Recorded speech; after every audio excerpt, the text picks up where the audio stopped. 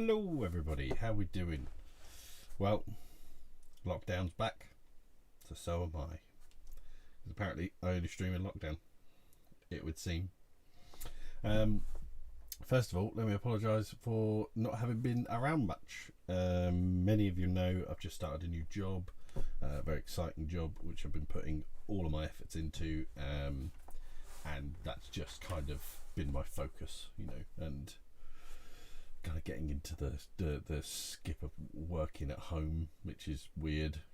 I am now currently sat in my office, in my workplace, in my hobby space, in my streaming space, in my chill out space. This is my all in cocoon, my sanctuary, my everything is in here.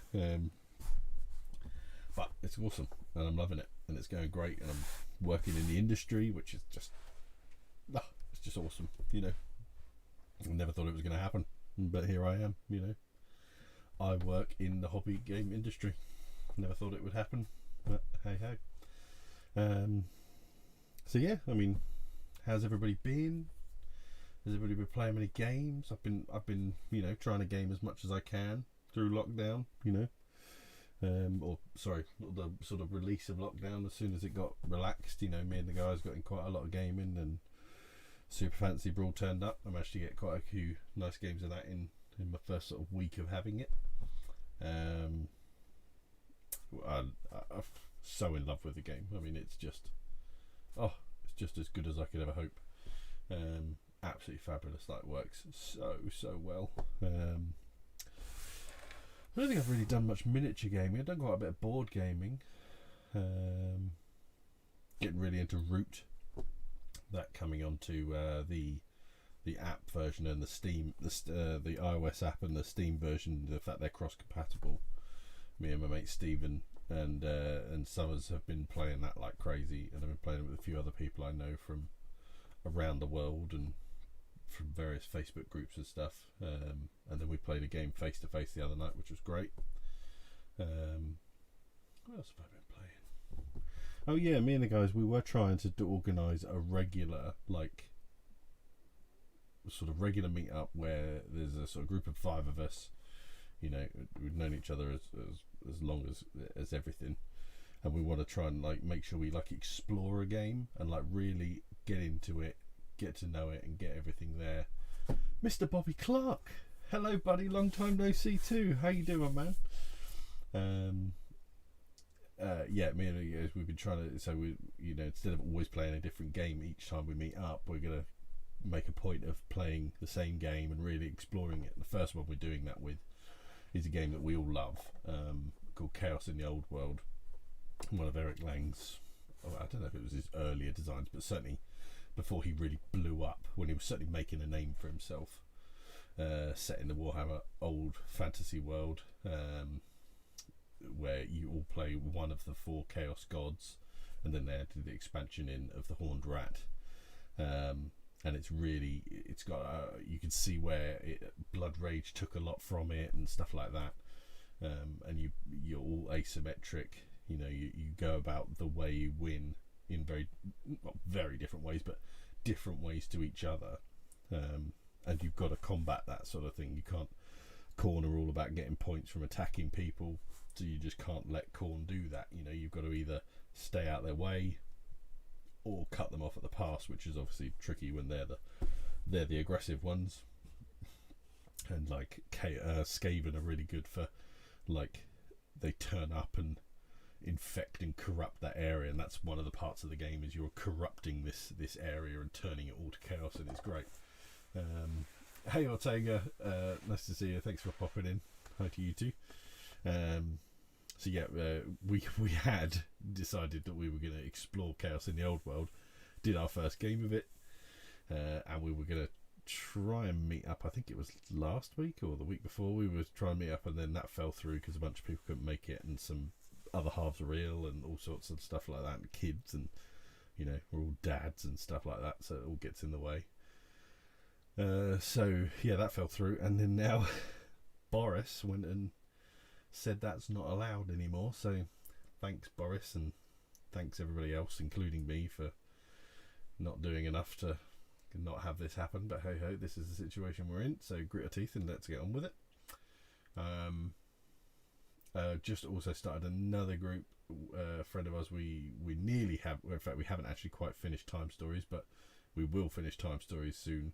But we also started the game that we're carrying on to, and that's called The King's Dilemma, which is this really cool game where you kind of play like the court of like the king in Game of Thrones. So like it's very much that kind of like Hand of the King and then all those other, you know, people who are sort of dealing with everything for the king, and you keep having to do all these moral decisions, but you have hidden agendas for your sort of house, and so you know these moral agendas come up, and it's a case of voting and putting in your power and your votes and your weight of you know, your stature and everything into something, but you're trying to get the balance of the kingdom, you know, whether the wealth and the technology or the food resources and everything, you're trying to you want those to end in a certain place. And then there's this overarching story throughout it. So we did our first one of that, and it looks like it's going to be super exciting. I mean, I've always said I really like games that are played above the table, and that's a real case of that, you know. I think it's going to be really good fun. But yeah, I mean, I haven't even, and one of the reasons I hadn't been streaming much was because I haven't done a lot of painting. Just haven't really had that mindset to sort of sit and do that. I think half of the reason is obviously I sit here a lot now, so to come up here and sit and paint is not been my sort of like, you know, it's not been where I've wanted to be, because I've been here so much anyway. Bobby Clark, I'm well, I've been painting plenty as always, Bobby. I expect nothing less from you. Donut consumption has increased, so I've been doing some rowing. Well, I wouldn't say my consumption has increased, but my doing anything about my consumption or being on my feet has definitely decreased. You know, I've gone from working generally in the hospitality industry, where you're on your feet all the time, running around. You know, your daily work was a good workout. You know, so although I'm a big lad, it probably helped to keep me from being a very big lad. And I can feel that the sitting on my bum all day in an office chair is probably going to start paying its price. It's starting to pay a price now, and it's starting to pay its price very drastically. I've hurt my back recently. I have some back issues anyway, but I have I think a grumbling sort of inflamed disc. Every now and then my left or my right foot goes completely numb, which is fun. And I'm just in sort of grumbling agony a lot, but I'm over the worst of it now and getting there now. So I need to get out and do some walking and get back into. I think that's my next thing with this new job. I want to actually get a workout routine started, and you know, something I do regularly 3 or 4 times a week, and actually properly, not just. I don't mean even just to. To do some exercise because of the job I'm doing. I mean, to actually start trying to get myself in some actual decent shape. I would actually quite like that. So I think I'm in that frame of mind now. What have you been painting, Bobby? Something, obviously, it looks amazing, whatever it is. That's a given. But what, anything you're working on? Is it a commission, or you've actually been doing something for yourself for once, which would be a novelty for you?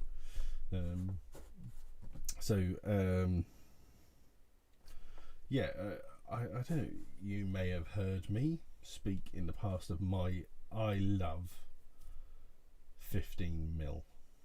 There's something about the scale of 15mm that I've always looked at and liked, I've always liked the smaller scale games. Bizarrely though, very rarely actually played or collected any of them. The only ones I could justify that I have played and collected a reasonable amount would be fleet-based games. So those sort of scale, obviously the naval fleets or space fleet games. So they're obviously a lot scaled down. It's not quite the same, but it gives me that same vibe that I get from it. And one of the things I've been wanting to do for a long time is actually get into a lot of these games. So probably just finished a white and green Drukhari commission. A Drukhari, essentially the new version of Dark Eldar, or are they essentially like Dark Elves? I can't remember with all these bloody names now. Using stencils too in Welsh flag colours. I'm presuming stencil is an Eldar based thing. Is that right? Am I right in thinking that? What was I saying? Yeah. So yeah, one of the things that I have limited space. I have limited playing time. I have limited, funds. I very much nowadays feel the guilt of spending money on my hobby and not on my family or my house or my friend or my kids or my wife. It is Dark Elder. I thought it was. Yeah, I'm not a 40k player, but I'm in the know. I know my stuff. Or I guess lucky. One of the two. Cheers. Yeah, so one of the things that appealed to me when I can't remember when I stumbled across it, but probably just browsing on some forum, and it was about people playing, and I think it was the first instance I came across it. They were playing bolt action at 15mm scale. One of the things I really wanted to get into Flames of War because I really like the scale, and then I tried a game of it and I was like, I don't like the game. It doesn't it's not a bad game, it just doesn't sit well for me. It doesn't do it for me. And then in amongst that, I think I must have stumbled across people using bolt action rules but at 15mm scale. And one of the things you often see with 15mm questions is, do you now go to centimeters? Do you halve everything? So all distances and movements and everything, do you just half it? And there doesn't seem to be really a consensus on that's the way you go. And I've played bolt action a few times now at 15mm, and the consensus that I actually really like is that you keep it at inches.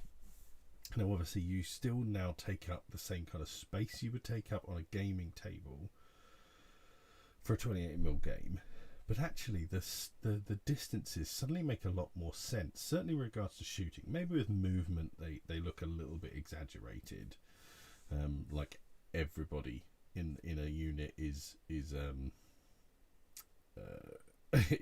Carl Lewis or Linford Christie. They can sprint like crazy. But in the shooting sense, they actually make a lot more sense. Like when you see, like I said, like a rifleman can shoot 24 inches, and you're like, well, that's not very far. A rifle could shoot, in the hands of a skilled rifleman, it can easily shoot somebody at several hundred yards. No, they obviously wouldn't shoot somebody ever. But then you get to things like the tanks, and it's like, oh yeah, they can shoot 48 inches. It's like, no, they can hit somebody in the hands of a skilled, tank crew. They can hit something way further than what 48 inches represents.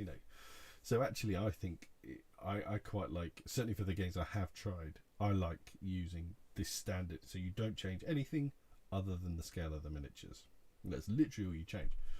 And you end up with these really cool, far grander looking areas that you play in, because everything's smaller but bigger surface areas, but covering a bigger surface. Same size surface, but everything shrunk down so that you're looking at it from further up, and it I really like it. That's something about that really does that for me.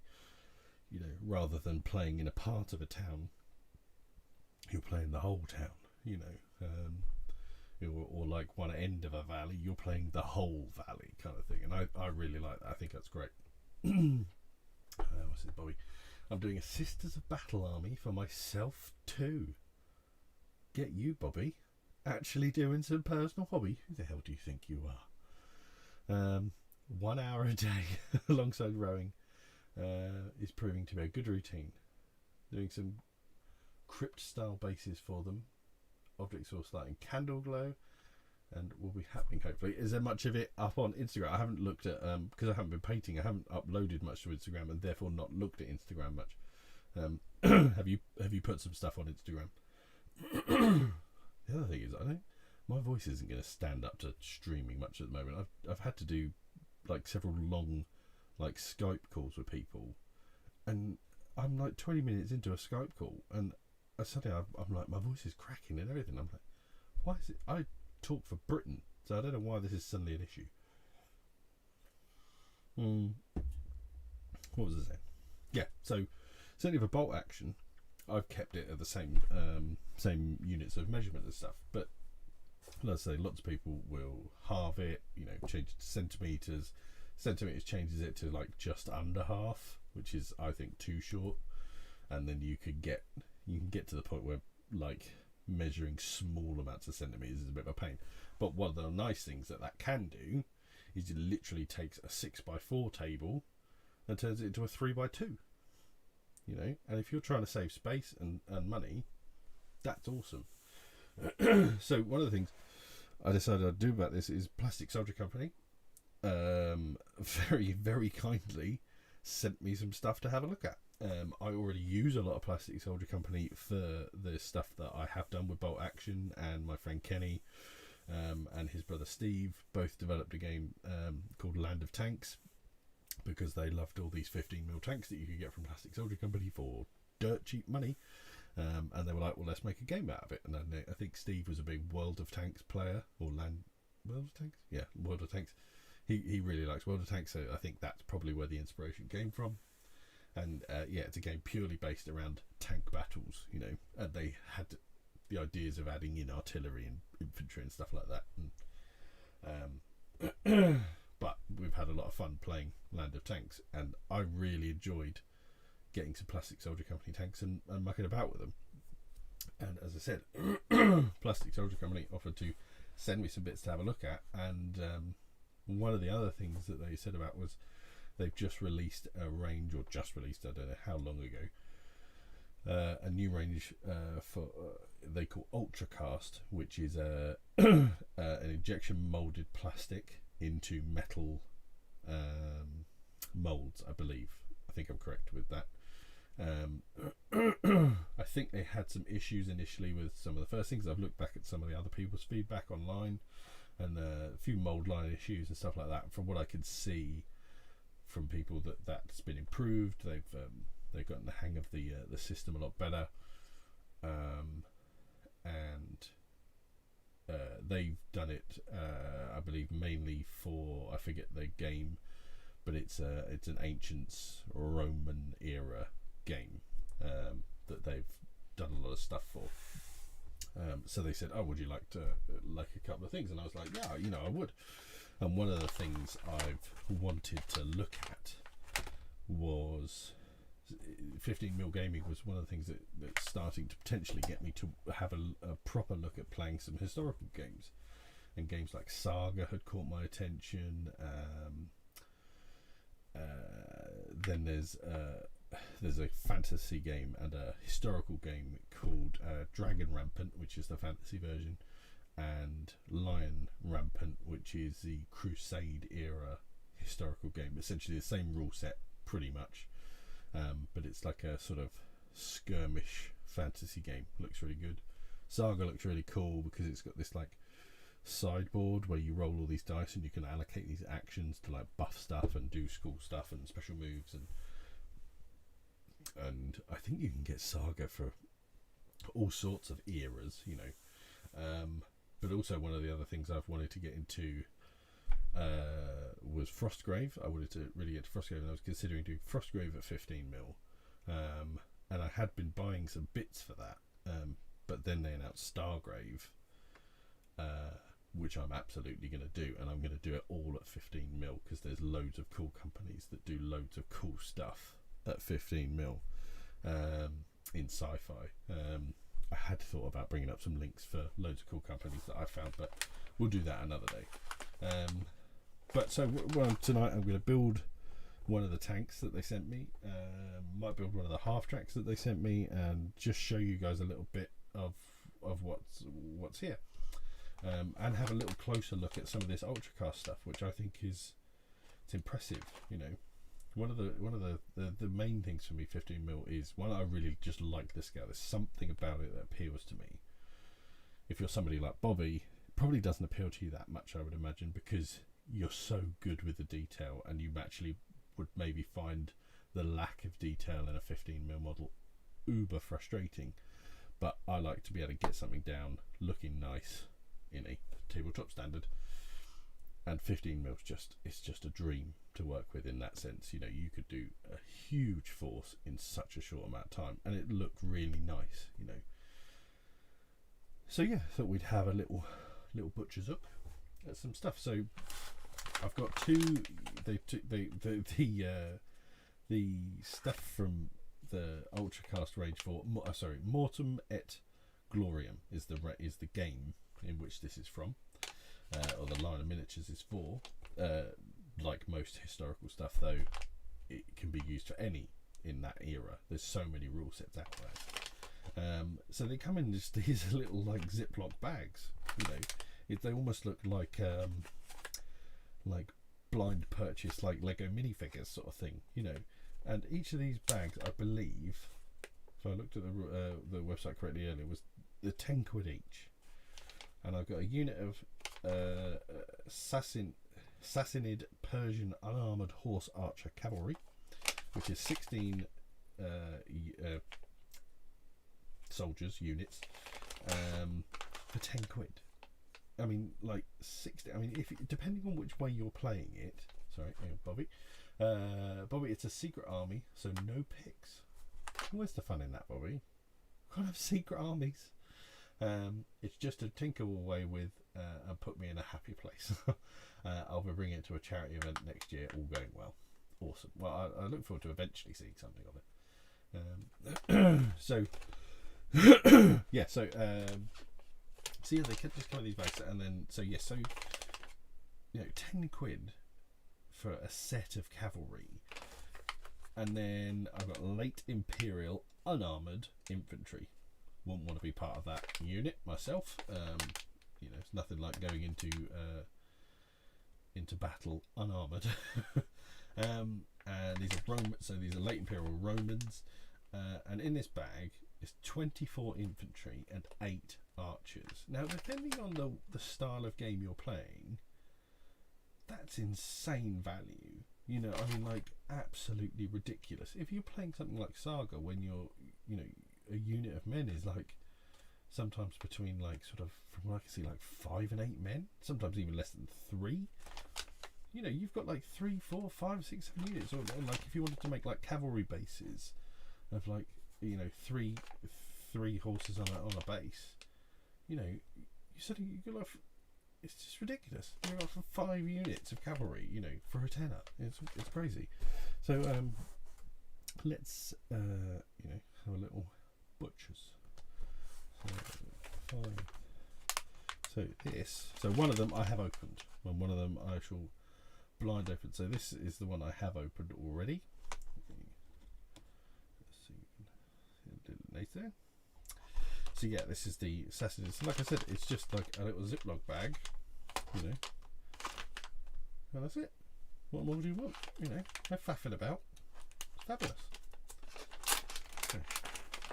Now these ones I had hoped I might paint a few of them, and then here we go. But I've washed these in soapy water. I don't know why, but for some reason they've got like 2 different shades of grey. They were already completely uniform grey, but I wasn't entirely sure in the casting sense if they needed washing or not. So I thought, well, better safe than sorry. I'll just give them a quick in some soapy water, and they're fine now. So yeah, you know, here we go. We've got I don't know how many different. Doesn't say how many different poses we have, but so I think by the look of it, there's not a lot of variation, but the variation on like helmets and hair and stuff like that. I think there's about 3 or 4 different variants. But we go to a slightly zoomed in one to have a little bit of a closer look.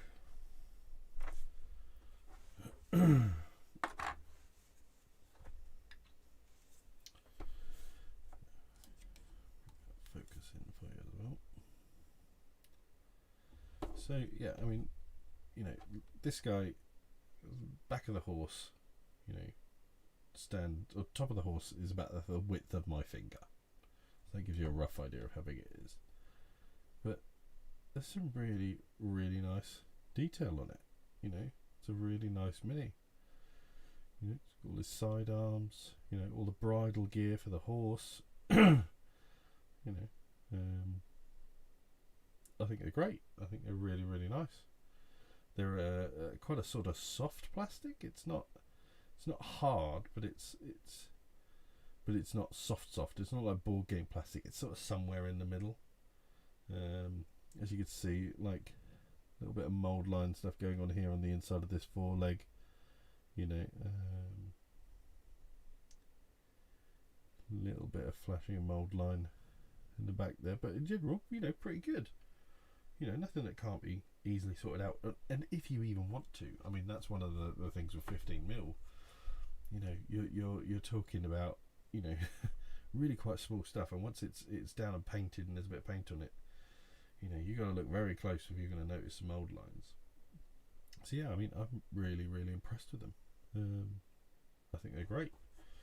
So I'm going to consider what I might do with them. I think they'll probably become part of a dragon rampant, rampant, either king, lion rampant or whatever. So these, I have not even looked at these. I have no idea. I could see that they're on some sort of sprue. So I could do an unboxing, which is always, I thought, is always one of the weirdest and most bizarrely watched things on YouTube. But here we are. I do. Let's have a look. See some archers. So, as I said, this is a late Imperial Roman unarmoured infantry. Like I said, I'm pretty sure that these are about £10 a pack. So let's go zoomed in. So here we are. Now these, there's no getting around that. These are really nice. Now definitely this guy here, you know, there is definitely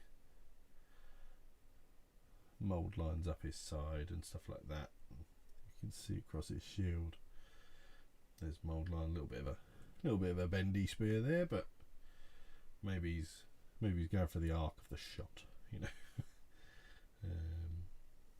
Little bit of a sort of mismould on there, but you know, nothing crazy, nothing terrible. A little bit of flashing. So, you know, a bit of prep needed to work them. So what have we got here? Oh, force. So by the looks of it, I've got, so that's the same and that's the same. That's the same and that's the same. So I've got two mixes of poses there. So there's 10 unique stances duplicated once, and then I've got about 8 archers, which all look, from what I can tell, we're the same person. Again, it's quite a bit. Oh no, actually no, that's not flashing. That's actually the edge of their cloak just coming through on the other side. Looks like flashing from one side, but it's not. On these guys, actually, that's pretty good. There's barely anything to need to sort out on them. I think that looks great.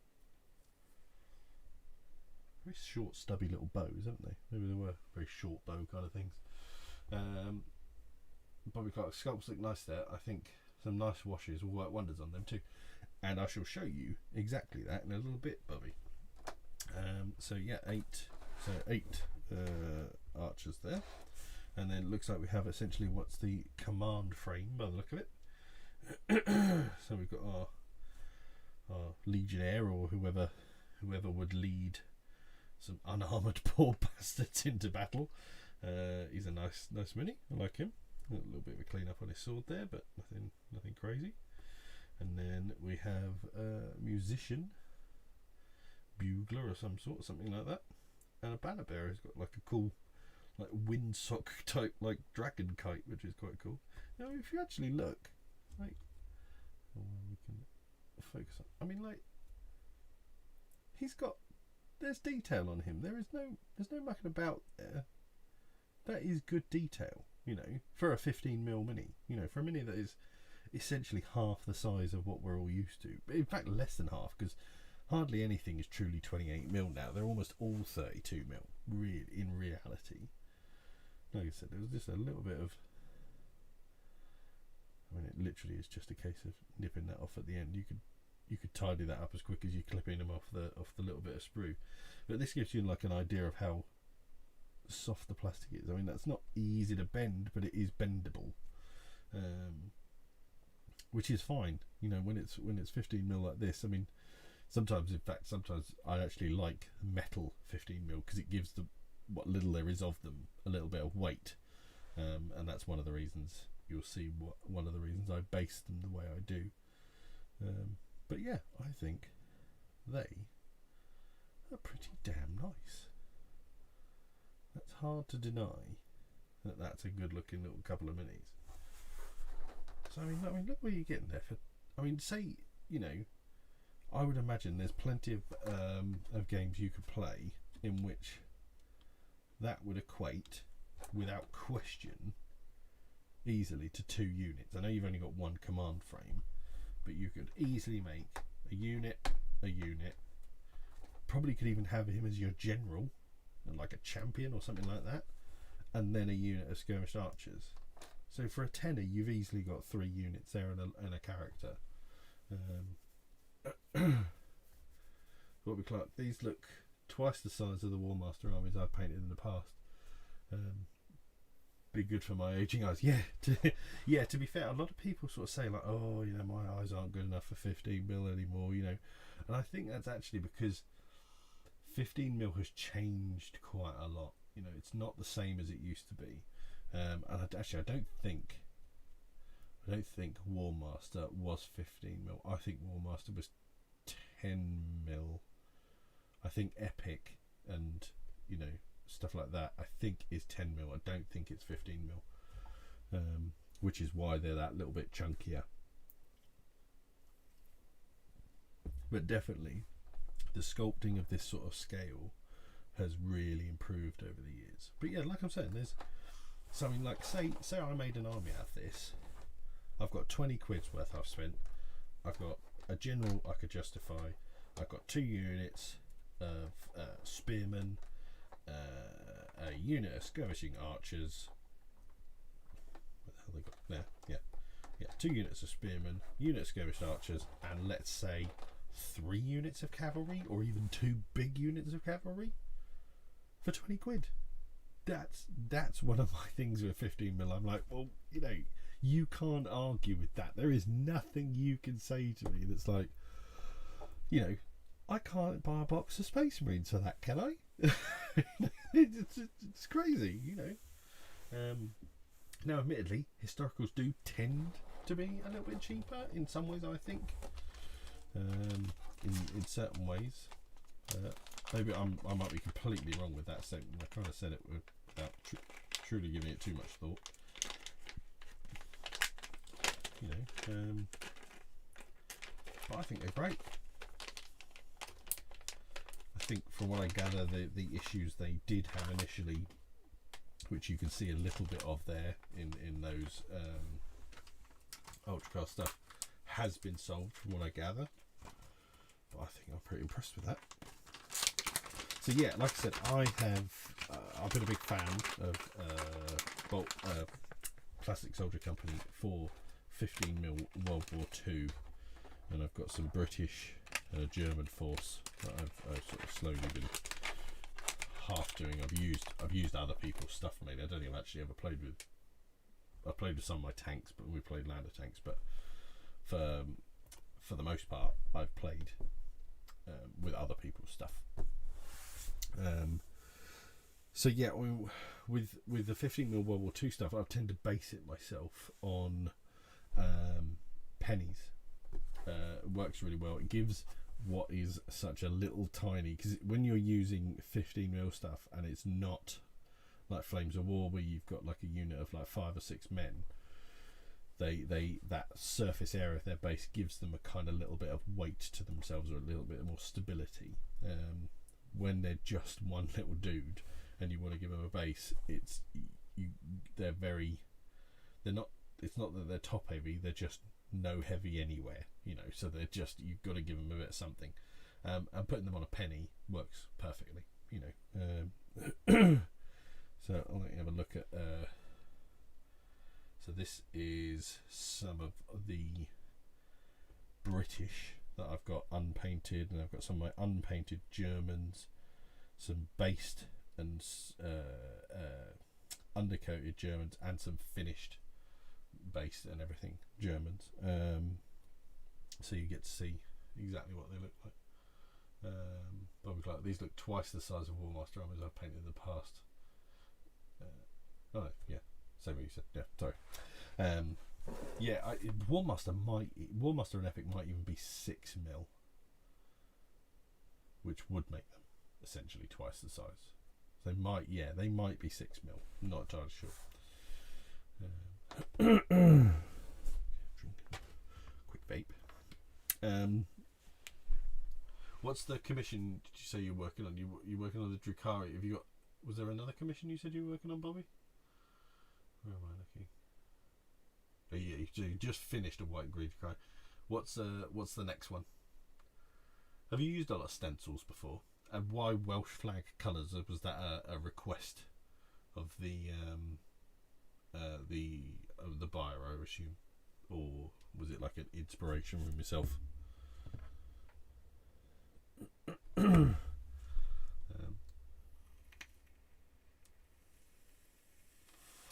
It's just you in tonight chatting, Bobby. Just you, me and thee. But thank you for coming though, much appreciated. So right, yes, so let's get the zoom correct again. Yeah. So where's that really cool little dude I just put down? He was really nice. Wherever put him? Oh, there he is. Right in front of me. So yeah, this is a British captain. Zoom. Oh. So this is Plastic Soldier. I think they're British. I want to say they were British Paratroopers box. I haven't got the box anymore, so I can't really remember. But you can't tell me that's not a detailed mini. Now this is hard plastic, just like we're always used to. That's pretty awesome. He is a really straight up cool mini. Some more British Paratroopers. So a little. Is he mould line on the side? Yeah, a little bit of a mould line there, but by the time you painted something this size, you won't even notice that. Top off that little bit of nubbin on the top of his head. But yeah, I just super glue them straight onto a 1p piece or a 2p piece for like weapons teams. But it's a cracking mini, absolutely fantastic. And I haven't even got to the price point with these things because it's ridiculous. So then if I get to some of the Germans, it's probably racist for me to do that, but this is some of them based and undercoated.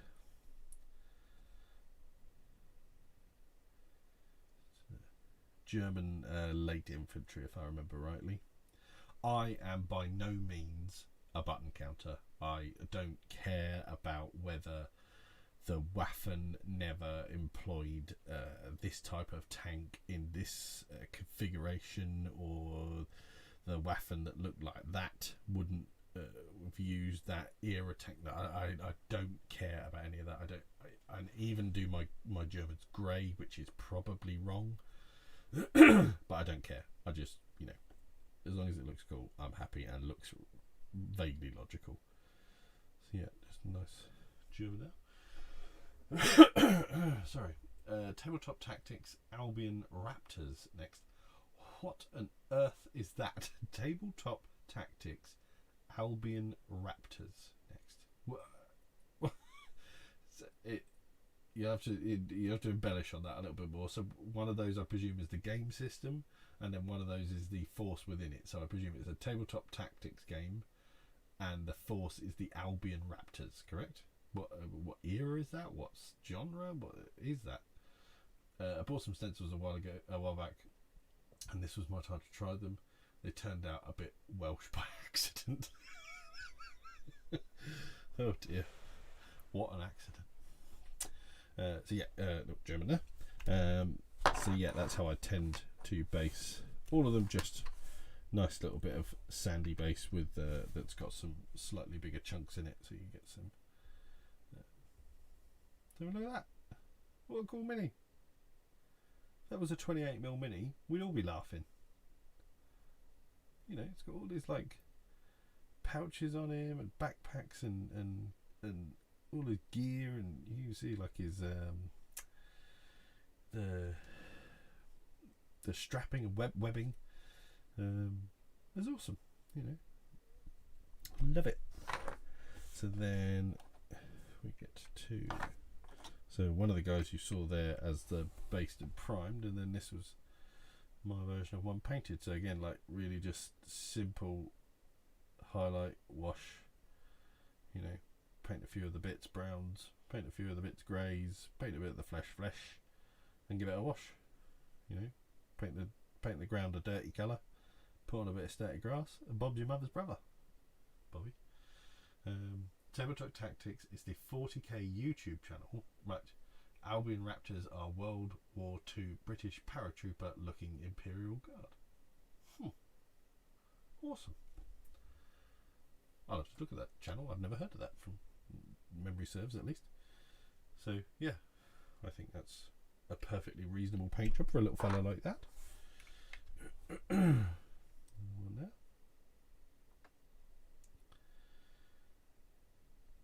Always thought this one's a bit of an odd pose. Seems quite an awkward way to walk with a rifle, but I'm sure it makes sense. But, you know, it's easy just to pick out a few of his bits of his webbing and his gear. You know, a little bit of highlight, give it a wash, and it looks great. And then I've got a little marching weapons team here. MG42, Hitler's buzzsaw, as it was known, his ammo carrier. One of the few times you actually see me use metallics. Actually gives quite a nice effect on them with all those. You want that real brass looking load of shells. But yeah, I think that's a nice looking base of stuff. One more dude here, commanding his troops. Onward, gentlemen, to glory. So yeah, I've always been really happy with them. You know, I'm looking forward to doing my British in the sort of darker greens and more classic camos. And then one of the coolest things I think is we then get towards the tanks. Now, sorry, actually, what I haven't clarified there. So those Germans came from this. Hang on. Yeah, those Germans came from this box, or this a version of this box. So you get late war, you'll get early war and stuff like that, and then German infantry, and then you'll get, you know, grenadiers and this, that, whatever. So many options, like hundreds of options. You know, even tells you when they would have been. Now here's 15mm, 130 figures. 130.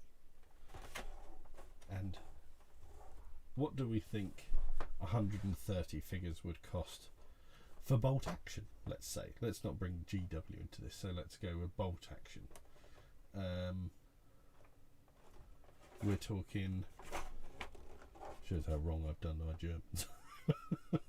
So it's supposed to be great. Yeah, I mean,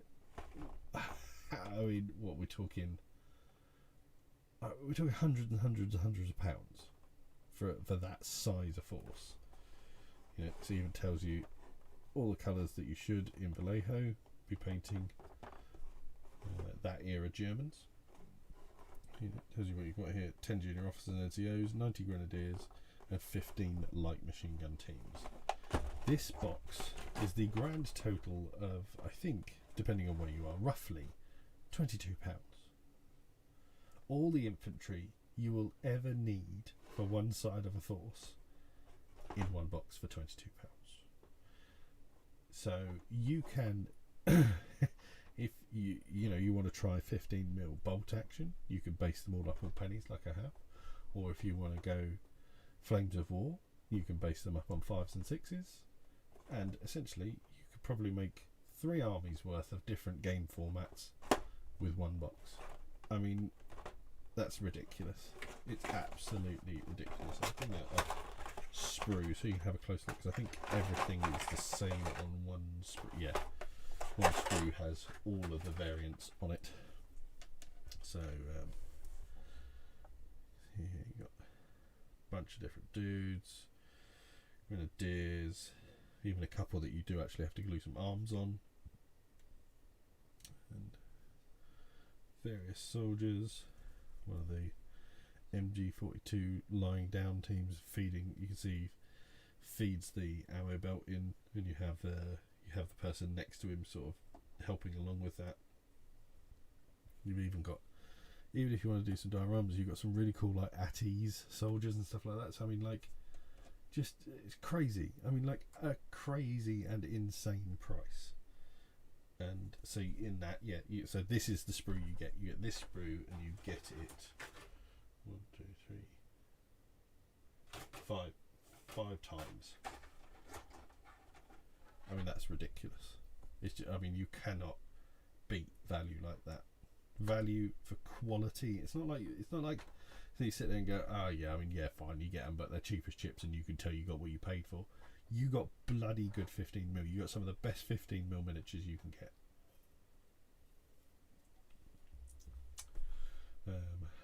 Those Krauts look great. Saddens me to say the British chap is my favourite so far. he's awesome though, isn't he? That British, you know, he looks like he's from Dad's army. Bargain price, exactly, Bobby. I mean, it's ridiculous. It's such a ridiculous bargain. With that money saving, you could commission me to paint some for you. This is true. This is very true, Bobby. And just imagine how quickly you could pump out commissions of 15mm armies like this. Yeah, that's this is all the reasons that I'm drawn to 15mm miniatures. So then, like I said, we get towards the tanks, which is one of the, I think, the coolest things. There's something about a little tank that I really, really like. It was certainly fueled by my mate Kenny and Steve,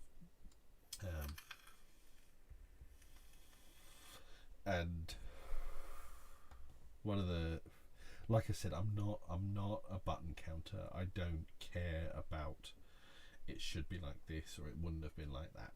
I don't care about that, and I have full respect for the people who do care about it, you know. But it doesn't bother me.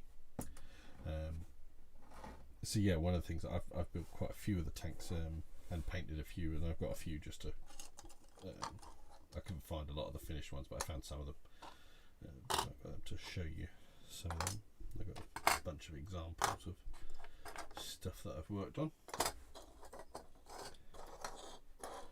So what should we start with? We'll start with some of the just made up. Unbased. No, not that one. So this is a very famous tank. If you know anything about tanks, this is the Sherman Firefly.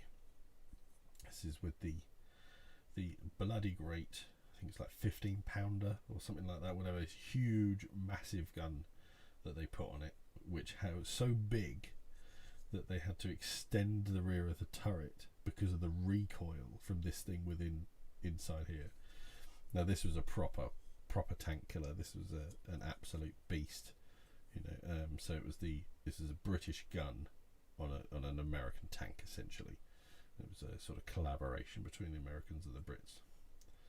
And I really like the Shermans. They're such a familiar shape with their sort of rounded fronts and stuff like that. They're fabulous. But yeah, I mean, so like I said, 15mm, loads of detail. And the tank detail, the tread detail, panels. You know, you're not losing out on anything. You know, there's even like, you know, equipment and stuff on the side. I've done a particularly great job of gluing this poor fella together, but that's fine. And then one of the cool things about each of these forces is when you get one of these boxes, and I'll show you when I start to build one of the Crusaders later, is you get usually between 4 and 6 tanks, depending on how big they are or whatever they are, and they're about 20 to 25 quid for a box. This is for 4 to 5 tanks, 4 to 6 tanks, and within there you get almost all of the options that it would potentially come at. So this is I'm pretty sure these are Panzer IIIs, and correct me if I am wrong. So that I think is a pretty standard build Panzer III. Obviously I make it so you can take the turrets and move them as well, which is always fun. Handy for storage to be able to take turrets off. But yeah, it's a nice standard Panzer III. But then this is also a Panzer III from the same kit, which has the extended armour panels, and all of that comes in the same box. Fabulous. So then I have a German half-track, which sadly his machine gun has fallen off here, but that's no big deal. So I haven't glued the top on yet because I've still got to do some of the internals on this, but yeah, German half-track, or one of the types of half-track. And this also does come with the fellas that go inside it. One of the reasons, in fact, I keep this off is so I can paint the people that go in it, and when there are people in it, I can put them in it, and as soon as they dismount, I can just quickly nip that off, take them out, put it back on, and you can clearly see that it is or is not carrying anyone. It even has its driving pair within it. But again, just loads of cool little details, you know. Fun to paint, really quick, simple to paint. It's such a sort of they're like a great little drug. Hello, Different Gear TV. How are we? Thank you very much, Gear. I know you've been asking for me where's my stream again, and I have felt very guilty for it. But thank you for coming along, my man. We're talking 15mm. So yeah, this is like I said, I'll just put some nice little rust and wear patches on it and stuff like that, just to keep it looking interesting. And yeah, I love it. I think it's great. Then, so this is a more standard. This is where I've started to base it and just started to do some colouring on it. It's pretty standard Sherman with the, I forget what milled guns all these things are now, I can never remember. But again, it highlights a lot of the detail stuff that's actually on the side there.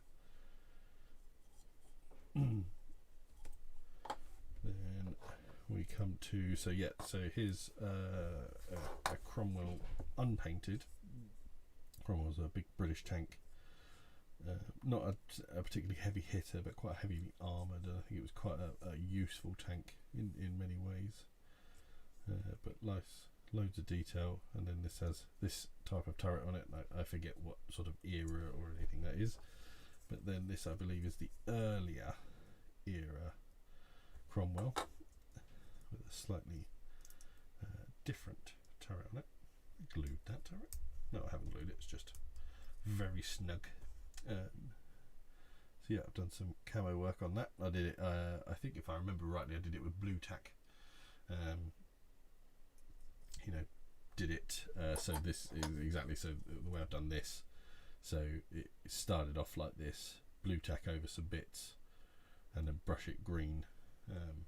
And in fact, now I've got my airbrush, I'll be doing a lot of these with airbrush, so I'm going to do these even bloody quicker. So yeah, I mean, that's a nice cool Cromwell. He's not quite finished, he's just basically, I think, really the base coats and a few of the details picked up. And then one of my pride and joys, one of the tank of all tanks when it came to World War II, probably the most feared tank on any battlefield. And if you've ever seen the movie Fury, you know why it was so feared, or certainly they depicted it being so feared, and that is the German Tiger.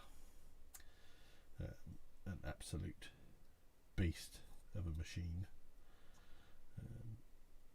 And the Tiger model for this is just so good.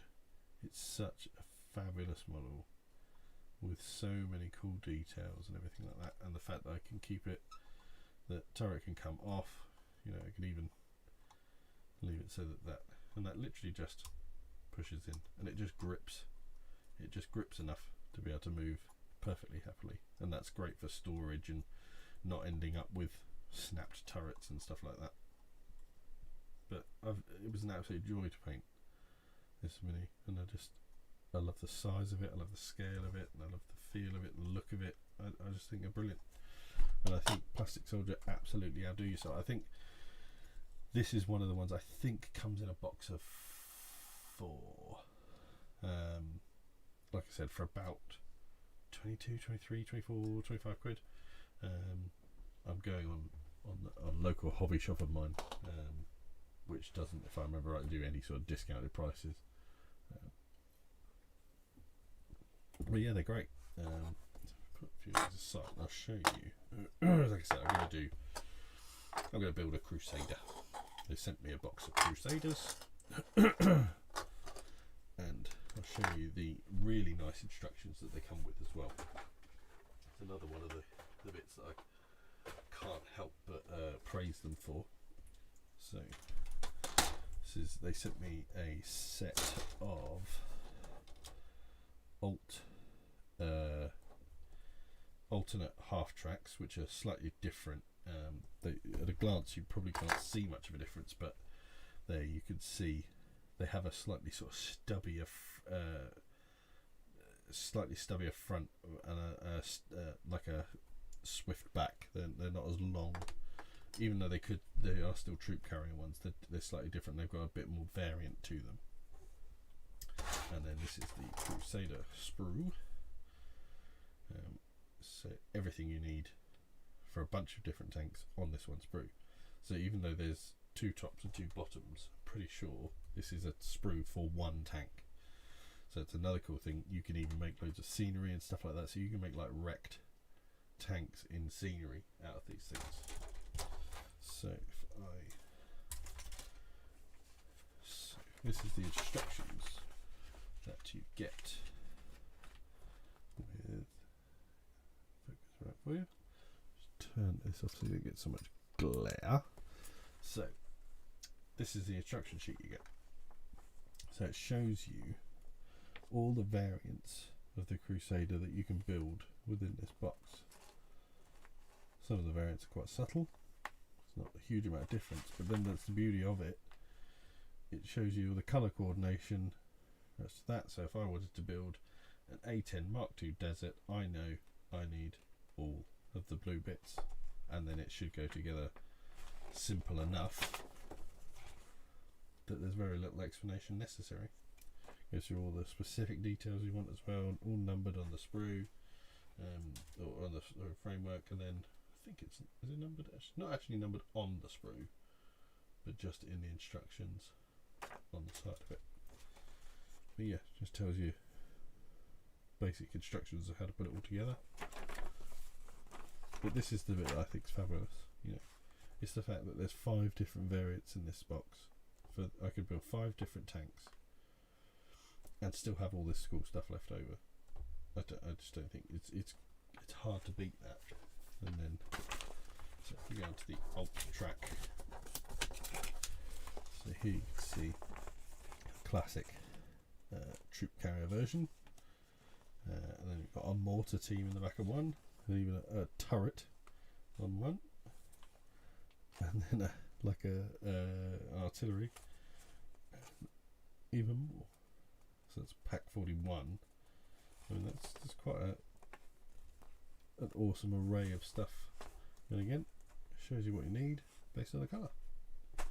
Absolutely fantastic. I just can't I can't knock it. You know.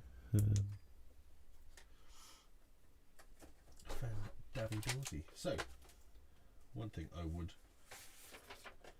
give that massive amount of variants, but could you, in the chat, gentlemen, put 1, 2, 3, 4, or 5? Which one shall I build? So we've got closer so we wouldn't see them nicely. So we've got the A9 front turret and quite a short stubby little gun, and then front turret with a thicker weight of gun, and then the Mark II Desert, which is all riveted and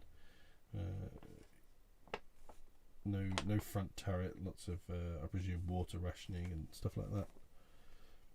And then the Mark II, which again lost its front turret, the CS, and then the Mark II-A. Do we have a preference on which one I shall build? I have no preference myself. Do I have a preference? No, I don't think I really do.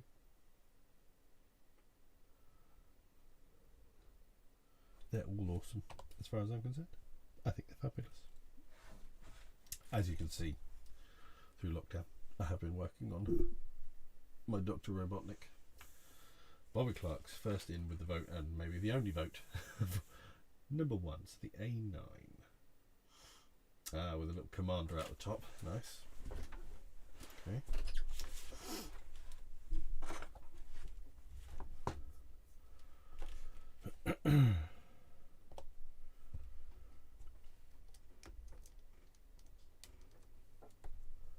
Different Gear TV 1 as well. Well, I think you're probably the only two people writing anything in the chat. We should go with number 1. Right, so I need the instructions actually, so I've got to put them away. Right.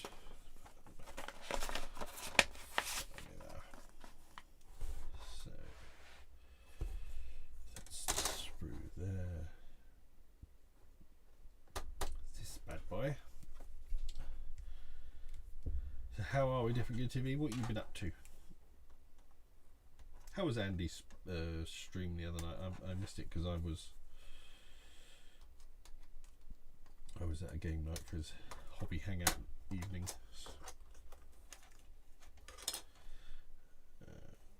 Both of these, both of them, really? How can I want both of them? Oh, it's got 2 turrets on the front. Fabulous. Good choice, gentlemen. Good choice.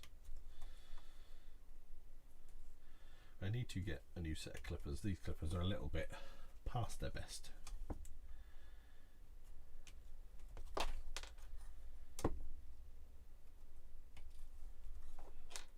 I was half planning on mirroring Andy with painting some Super Fantasy Brawl, but I didn't get a chance to get them undercoated. Which one?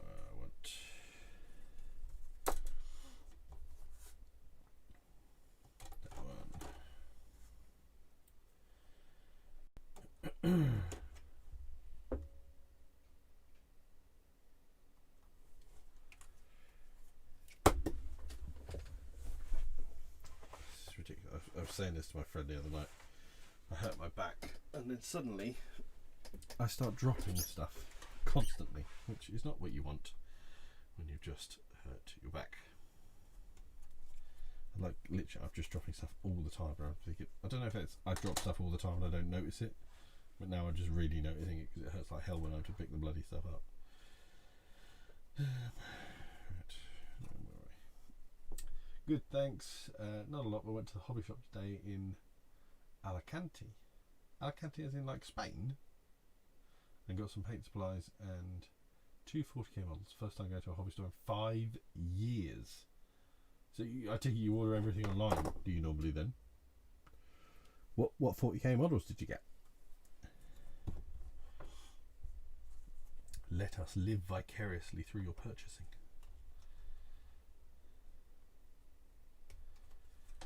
I'm looking forward to the announcement of the next been ordering online. Yeah, fair enough. Yeah, the next mini swap on Andy's channel with the VJ organisers. I was real delayed and it took me ages to get to the one I did. I thought I must be last, but I don't think I was last actually. But yeah, I really enjoyed doing that, and looking forward to. I don't know if we're doing a Christmas theme one or not. I'm not sure if it's specific to that or not. Do I need any of those bits?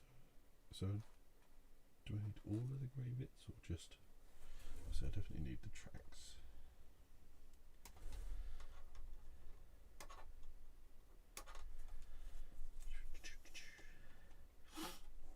Actually, a little bit stuffed up.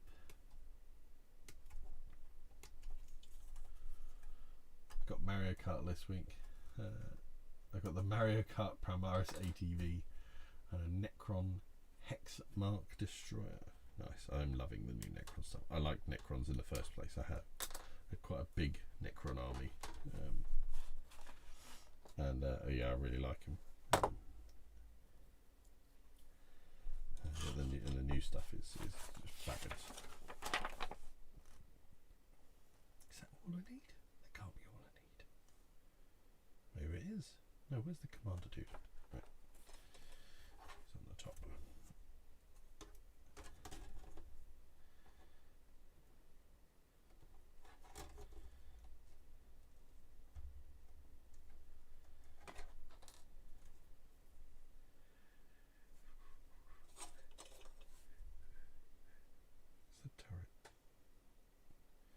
Oh yeah, of course I need everything that is grey as well.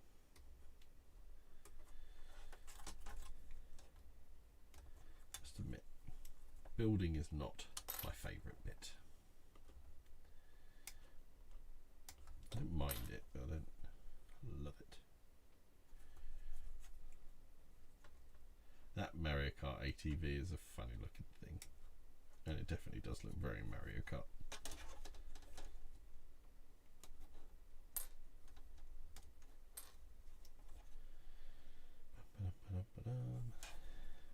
This.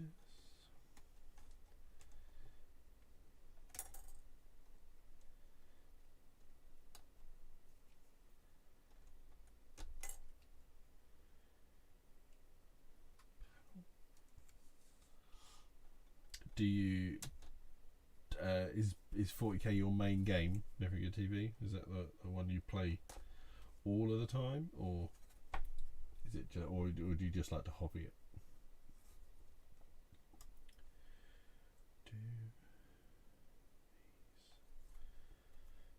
They don't go on there, surely. No, they don't.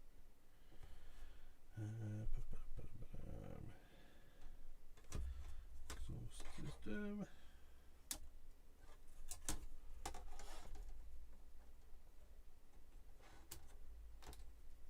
Tell you what, the other night I came home from game night, and I don't know what when I was in the game night, but the movie Contact came back into my head. I think it was because I'd heard something mentioned Jodie Foster in a podcast on the way over. In fact, I know what it was. It was Matthew McConaughey on the Joe Rogan podcast. He mentioned Jodie Foster and the fact that he was in Contact, which I'd forgotten, and obviously Jodie Foster was the star. And I thought, you know what, that's a bloody great movie. I haven't watched that for ages. I'm going to see if that's on Netflix or whatever. Well, it was on Amazon, luckily. So I ended up staying up till like gone 2 in the morning this morning, watching Contact. That is, without question, a massively underrated science fiction movie. And it's science fiction in a kind of almost almost realistic sense. You know, it's trying to be as believable as science fiction can be. And it's just such a great movie. It does sort of go on a little bit, but damn, it's good. You know, and you can't help but think that if we ever did actually come across life outside this planet, that's maybe how an interaction might go. It feels very believable. So I'm just going to give these a little bit of a fun, and just to smooth up the job with little scales like this. You really notice like bits where you can't get away with things like that. Difficult to be. I'm not a player at the moment. Just like collecting and painting. I only have a few 40k bits, semantic stuff, Walking Dead stuff. Like, of course you do. I think you've been working on Walking Dead before when we've been streaming. Oh, itchy nose.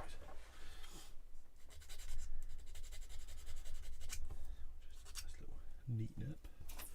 I don't actually need that too much. No, didn't need to go that one, sorry.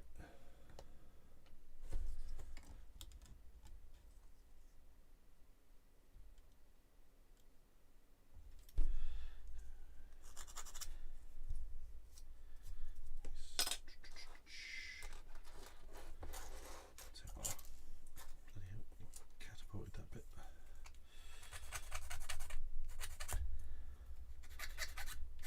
So I gather from that different TV, you're in Spain. If you went to a hobby shop in Alicante, unless of course there is, you know, Alicante Devon that I'm not aware of, or something like that.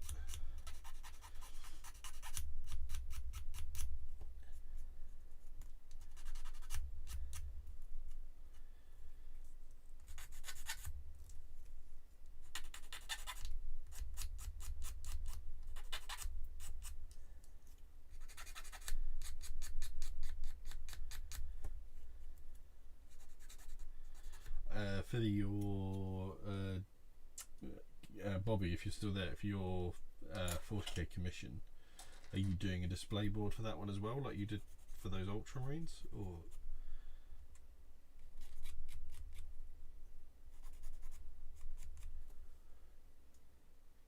Nice. What's it like over in Spain at the moment? Are you know, France obviously got lockdown. We did tonight as well. Are you in restrictions or anything? I haven't heard much about Spain, other than I know you had infections were rising. I think, I don't think I hadn't heard about Spain in drastic ways that we did so much the first time, to my recollection at least. Tell you what, the only thing that is 15mm, does make 15mm an issue for me, is I am all thumbs. I'm not a delicate person when it comes to I've got chubby stubby sausages. I drop stuff. I drop it often in this sort of sense, you know, just always fumbling.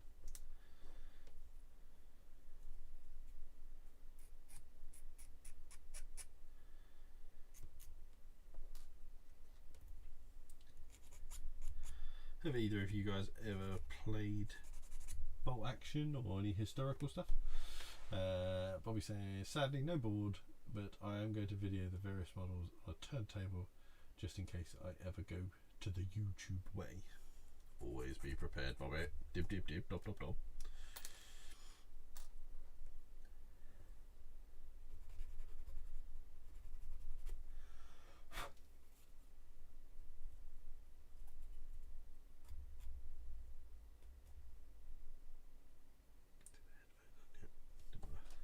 Nearly filed his headphones off as a mold line.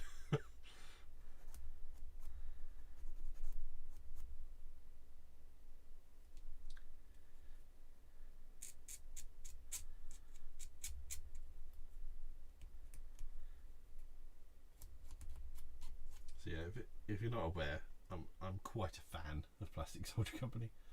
Different gear TV. The first lockdown was harsh. We were not allowed to even go out for walks, etc. That lasted 12 weeks. Yeah, that was kind of similar for us. We did get our little bit of exercise time. Very much felt like prisons, like yard time, you know. We're not in quite such a bad one in this sense, but you know, no mixing of households. You know, businesses are all shut. God, bloody hell, I've got an itchy nose. Yeah, I am very glad that I happened to have just left the hospitality industry, because you know, I couldn't have.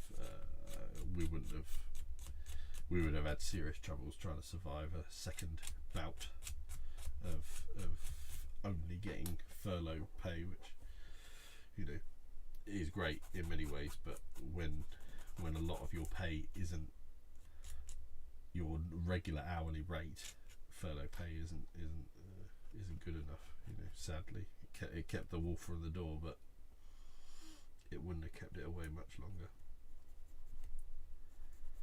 So yeah, I'm very, very glad that I can happily work in an industry that is thriving in lockdown.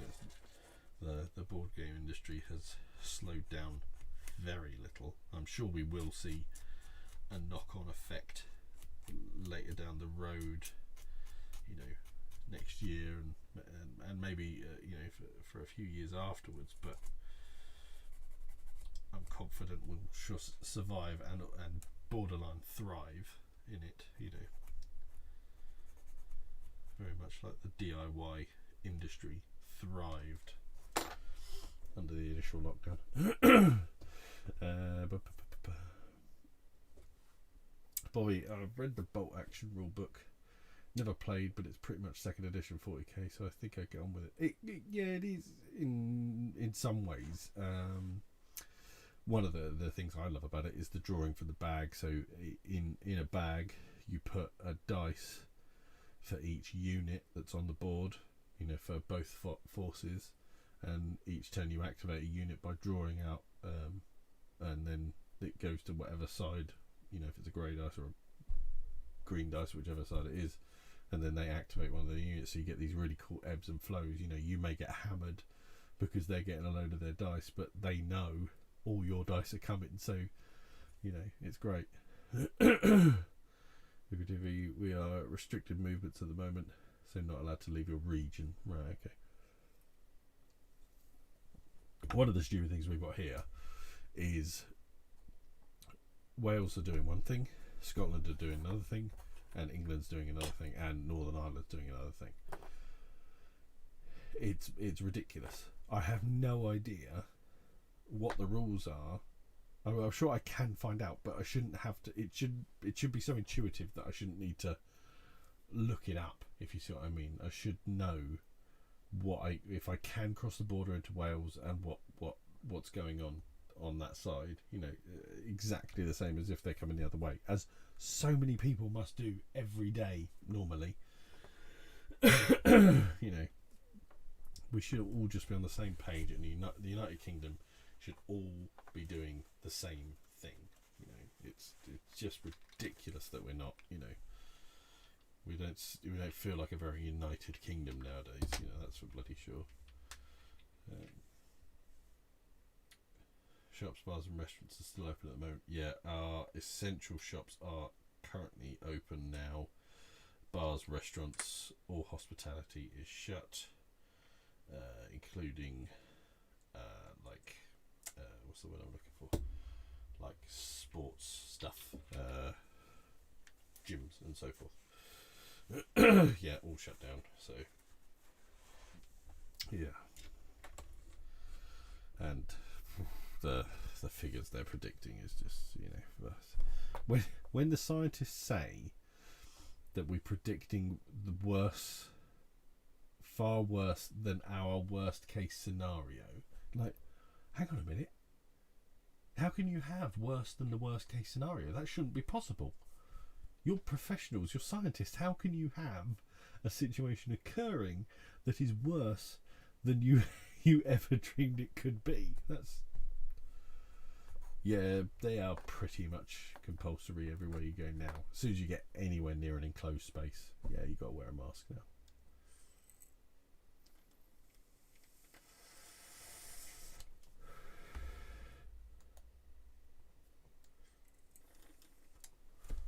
Sorry, I looked at my vape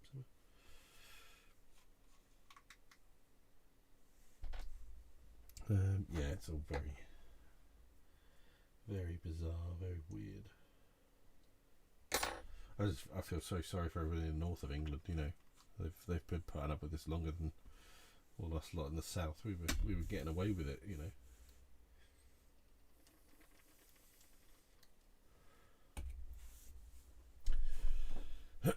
This came up on Andy's Facebook group on Black Dick Lucy. What's your plastic cement of choice?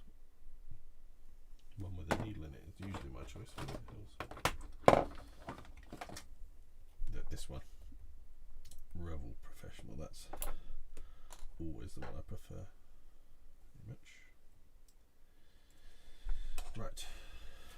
Look at this bad boy. How do you go together? So, turret base. One side, back side, other side. Lovely. I do love using poly cement. The fact that just that beautiful join you get, where it all melts together and literally does weld. You know, I find it very satisfying. If that makes me quite odd, but if it is, so be it. I've always meant to try one with a brush. Never have.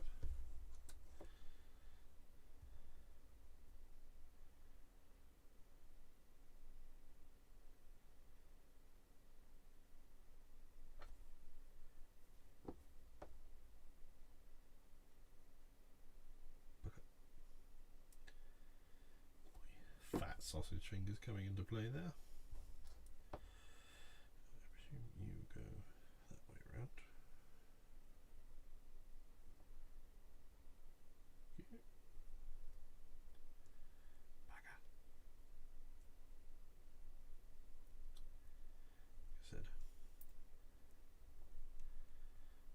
building is, why is that not going quite right?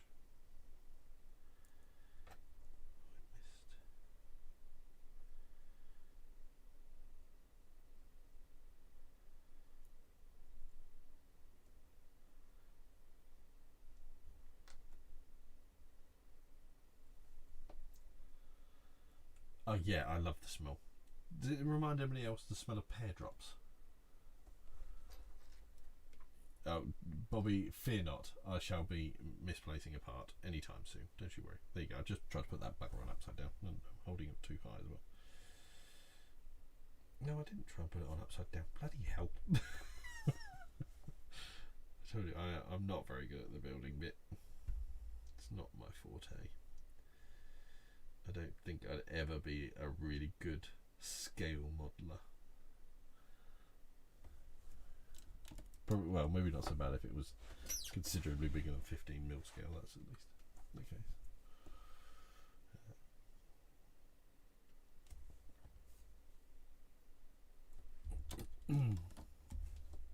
That look alright? You can see fronted. Yeah. Yeah, I do like the smell. Better. Right. Right now, so then front. So that's the actual.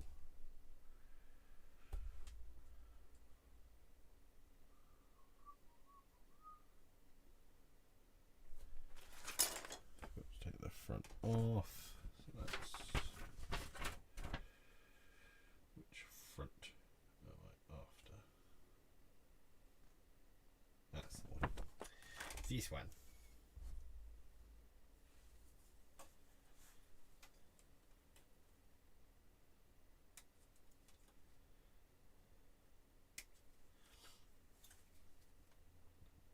haven't started watching The Mandalorian yet.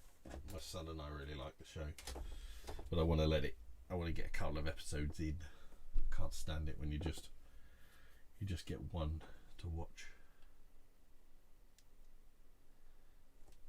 I think I'm too impatient. I like it when they release everything and you can just blitz it.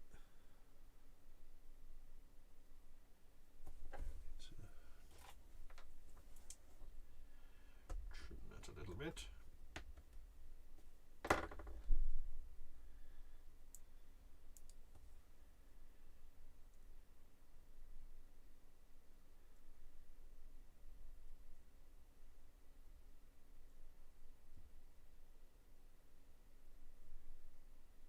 If I remember rightly from my limited bits of knowledge of World War II, I believe the Crusader was quite an important tank in the Battle of El Alamein, and used in the Desert Heads. Probably that there are 2 desert variants.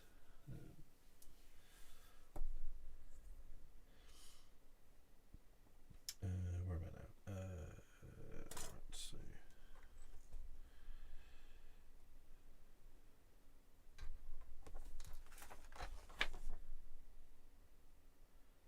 How does that go?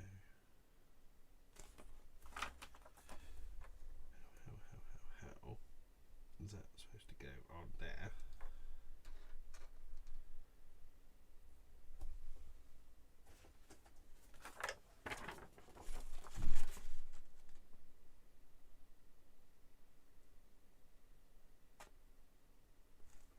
Sure, I've missed something. I missed something.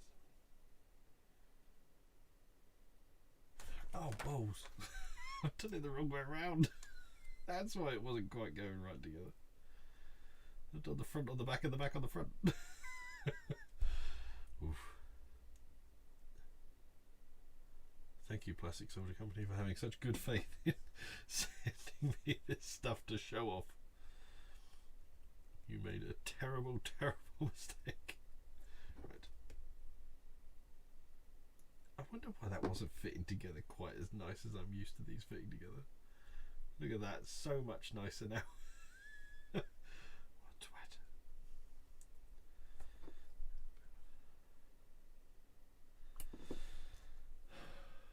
There you go, Bobby. You pretty much got what you wanted there. I got it was going to be a rear-facing tank at one point.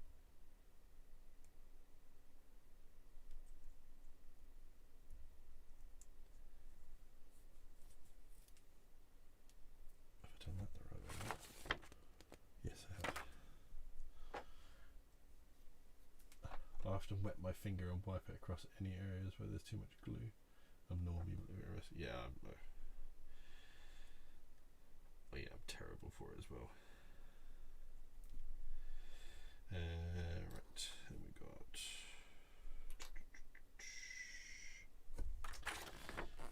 good. So this comes on the top that way around. Yep. And then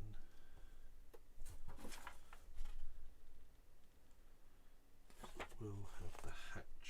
Okay, that way round there. Put that together first anyway.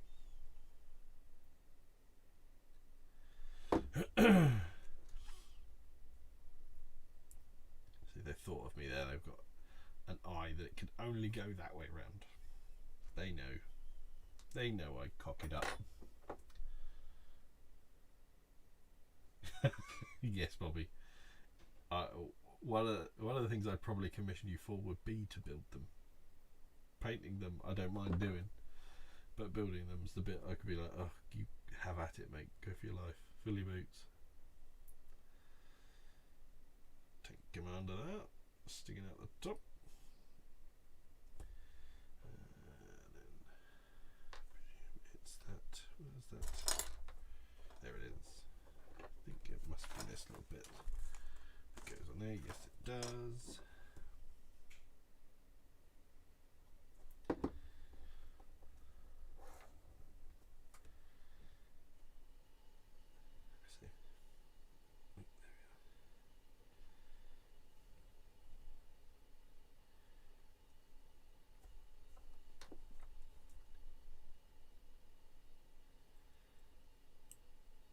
don't think I'd be any neater with a brush either. I think I'd be still just as bloody clumsy and crappy with it.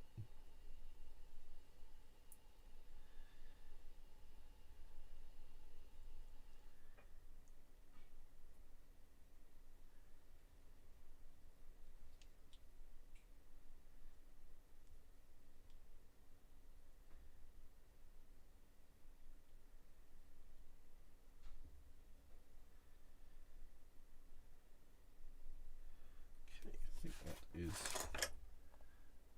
the turret done. I don't think my one has that bit on the back. Yeah, to be honest, Bobby, I mean they really are. I mean like bollocks. Oh.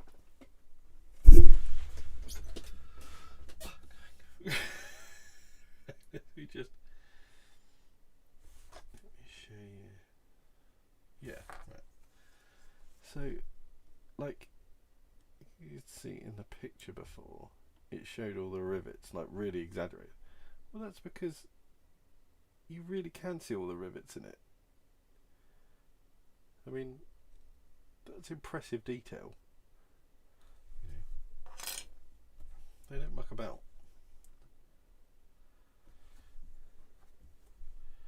Right, yeah, do want to move that little lip on the back of this turret? No, that's not for this one. Right. That's now the two.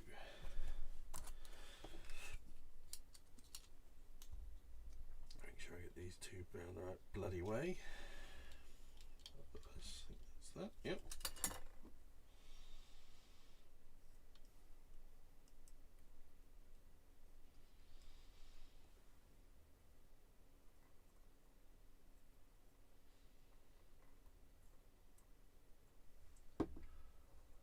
What about you, Different Gear TV? Have you ever done historical stuff?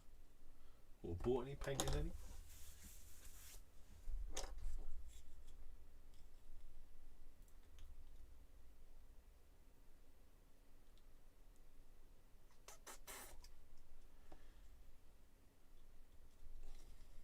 I'm missing there. Not quite going in. No, that's better. That's better. That's it. Nice fit.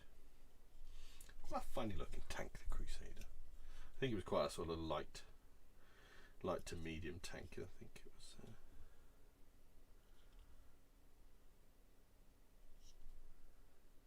Assemble hull and top and bottom. Insert.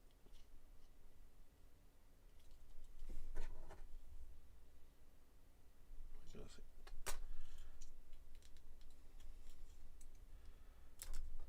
That is not a good way of showing Mr. No, that's not a very good way to describe that, because that has to go on before. Yeah, that's I reckon that's an error. You can't. 3 tells you to put those two together, but then in 4 it says insert those and then put that on. Well, that assemble hull top and bottom and then insert track. You can't insert tracks because obviously there's a lip that it would have to go on under. So, minor error there, but one that is easily averted.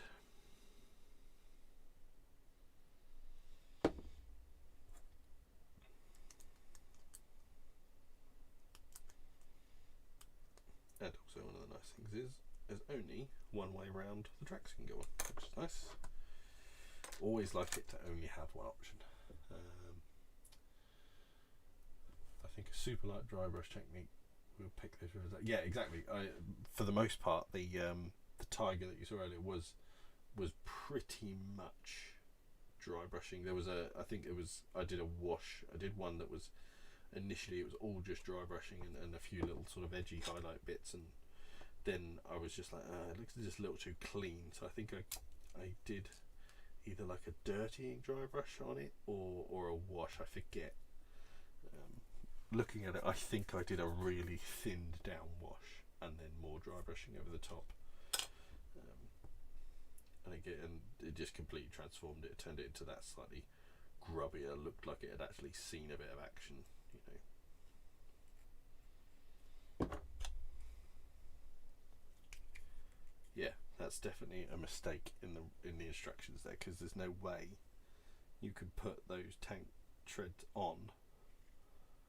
As you can see, they fit underneath, so you couldn't have done it that way. No. Okay, that's not the end of the world.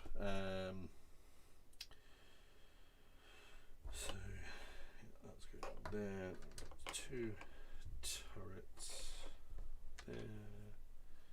Exhaust system comes on the back somewhere. Where's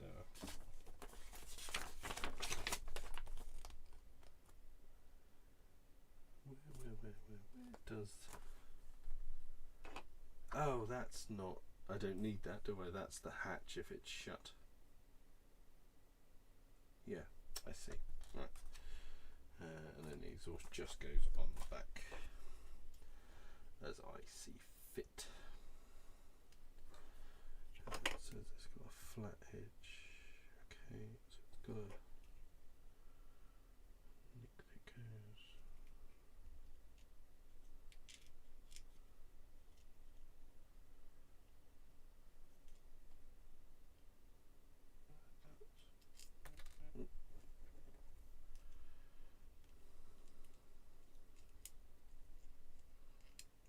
Yeah, this is where I'm being all thumbs.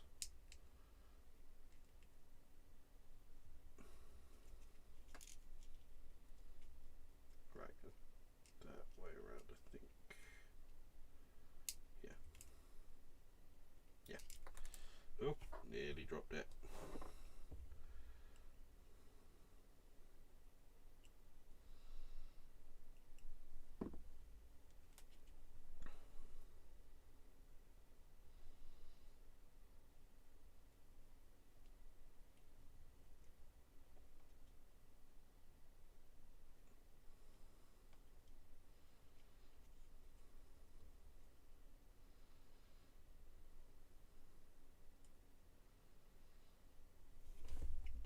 Sorry there, I was keeping that camera, I was concentrating so bloody much.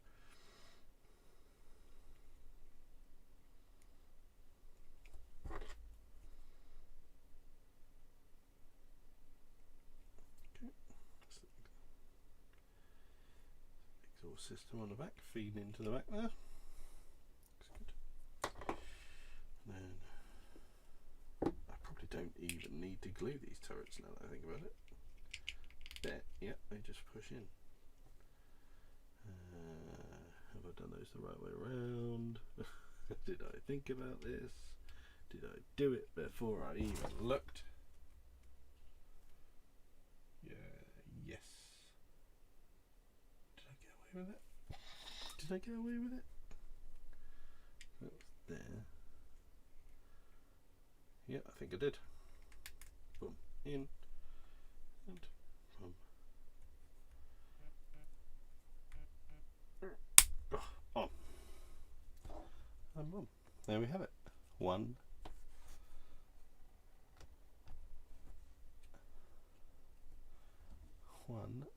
Crusader tank.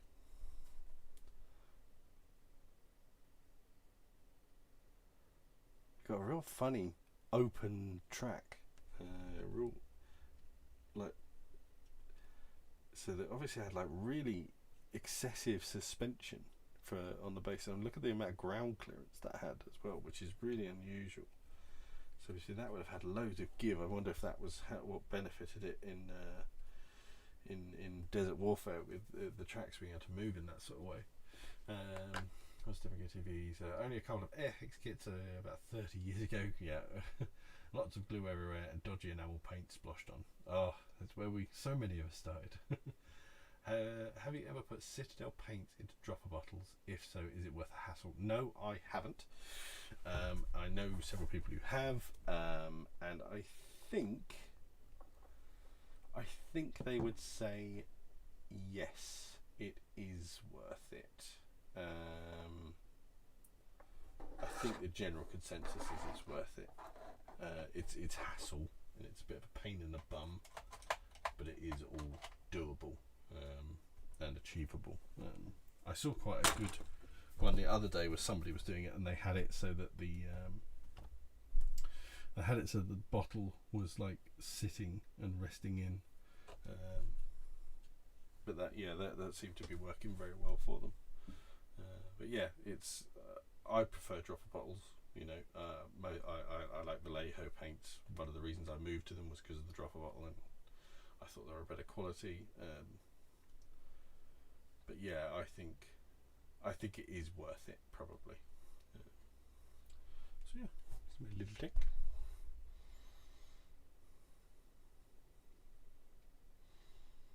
Not bad for a quick build. Probably only took me, 20 minutes probably? And how good a little thing is that? And you can get 5 of them for 20 odd quid. And you can do all the different variants and muck about with them and have stuff for terrain and this, that, and whatever. You know. But, so I've built one tank. Look how much is still left on the sprue. There's loads. There's 2 different hulls on there. Ah, maybe I got the wrong hull. no, they're tops. Yeah. There's so much stuff is still left on there.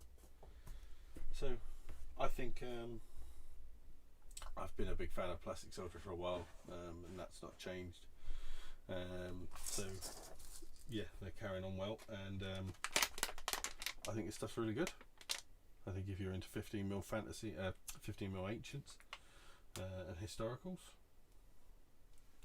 take a closer look at the Ultracast. I'm going to do some more with them. I'm going to base them up and paint some in another stream, and we shall go from there. But yeah, that's good. Well, thank you everybody who's been to watch. Hope you've enjoyed it. Thank you Bobby and Diffiga TV for having a chat while we were doing it.